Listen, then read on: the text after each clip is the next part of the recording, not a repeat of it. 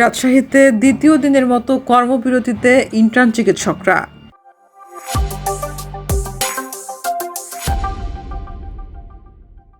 দ্বিতীয় দিনের মতো চলছে রাজশাহী মেডিকেল কলেজ হাসপাতালের ইন্টার্ন চিকিৎসকদের কর্মবিরতি।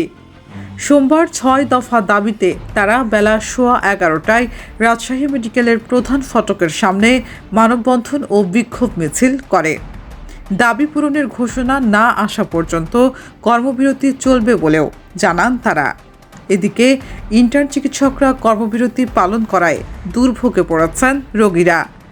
ইন্টার্ন চিকিৎসকরা ওয়ার্ডে দায়িত্ব পালন না করায় কেবল জরুরি চিকিৎসা চলছে, তবে মিড লেভেলের ডক্টর দিয়ে সংকট মোকাবেলা করা হচ্ছে বলে জানিয়েছেন হাসপাতালের মুখপাত্র ডাক্তার শঙ্কর কে বিশ্বাস।